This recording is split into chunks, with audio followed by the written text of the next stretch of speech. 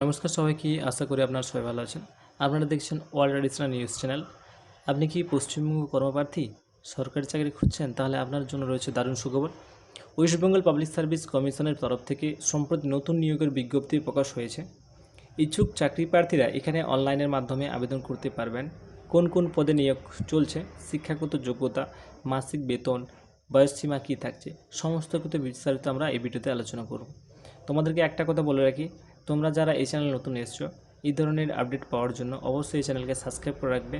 আর তোমরা যারা এই ভিডিওটা দেখছো, যদি ভালো লেগে থাকে লাইক করো। চলো আমরা ভিডিওটা শুরু করি। প্রথমে আমরা চলে আসি পদের নাম, কোন কোন পদে অ্যাপ্লাই হচ্ছে।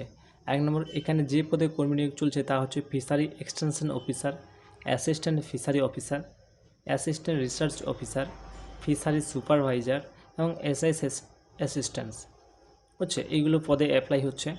কিন্তু এখানে কত পদ রয়েছে, এখানে সব মিলিয়ে 81 জনকে নিয়োগ দেওয়া হবে। তাদের মধ্যে রয়েছে এসসি 16 জন, এসটি 5 জন, ওবিসি 5 জন, পিডাব্লিউডি 6 জন আর ইডাব্লিউএস 8 জন। এরপরে দ্বিতীয় নম্বর চলে আসি বয়সসীমা। কত বয়সসীমা হচ্ছে, এই পদগুলোতে অ্যাপ্লাই করার জন্য প্রার্থীর সর্বোচ্চ বয়স 39 বছরের মধ্যে হতে হবে। প্রার্থীকে অবশ্যই 1/1/2024 তারিখ অনুযায়ী বয়স হিসাব করে নিতে হবে। ওকে, এছাড়াও সংরক্ষিত যে সমস্ত চাকরি প্রার্থী রয়েছে তাদের ঊর্ধ্বসীমা ছাড় পাবে। ওকে, এবং পরবর্তী এসে চলে আসি মাসিক বেতনে। এই এই পদগুলোতে চাকরি পেলে তোমাদের কত বেতন হবে। আপনি যে পদে চাকরি পান তাহলে পে লেভেল 10 অনুযায়ী প্রতি মাসে 32,100 টাকা থেকে 82,900 টাকা পর্যন্ত মাইনে পেয়ে যাবেন। ওকে, শিক্ষাগত যোগ্যতা কি, এডুকেশন কোয়ালিফিকেশন কী চাইছে। যে সমস্ত চাকরি প্রার্থীরা এখানে আবেদন করতে চান তাদেরকে যে কোনো স্বীকৃতি বিশ্ববিদ্যালয় থেকে ফিশারি সায়েন্স বিষয় নিয়ে ন্যূনতম 4 বছর স্নাতক ডিগ্রি পাস করতে হবে। ফিশারি সায়েন্স থেকে 4 বছর স্নাতক ডিগ্রি পাস করতে হবে।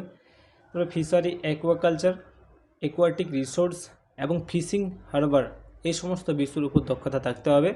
পাশাপাশি বাংলা অথবা নেপালি ভাষা পড়তে এবং লিখতে জানতে হবে। এই ছিল শিক্ষাগত যোগ্যতা। পরবর্তী সে অপশানে চলে আসি, প্রার্থী বাছাই পদ্ধতি বা সিলেকশন প্রসেসটা কী আছে, কীভাবে সিলেকশন হবে। 1 নম্বর হচ্ছে এখানে 3টি ধাপের মাধ্যমে যোগ্য প্রার্থীকে সিলেকশন করা হবে। 1 নম্বর হচ্ছে প্রথমে লিখিত পরীক্ষা নেওয়া হবে। এরপর ইন্টারভিউ হবে।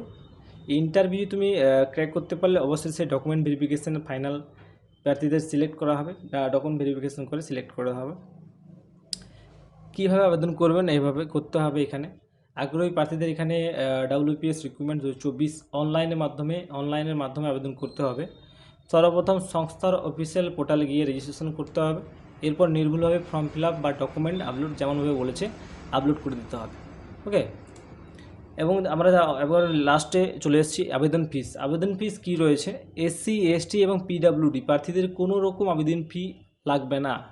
ওকে, অন্যান্য প্রার্থী ST SC OBC ছাড়া বা PW ছাড়া অন্যান্য প্রার্থীদের আপনাদেরকে 160 টাকা ফি দিতে হবে। ওকে, এবং গুরুত্বপূর্ণ তারিখ কী আছে, আবেদনের তারিখ শুরু হয়েছে 22/4/2024 তারিখ থেকে এবং শেষ কবে হচ্ছে আবেদনের লাস্ট তারিখ হচ্ছে 13/5/2024। এই ছিল বিস্তারিত আলোচনা। সবাই ভালো থাকো, এই বলে আমরা ভিডিওটা এখানে শেষ করলাম।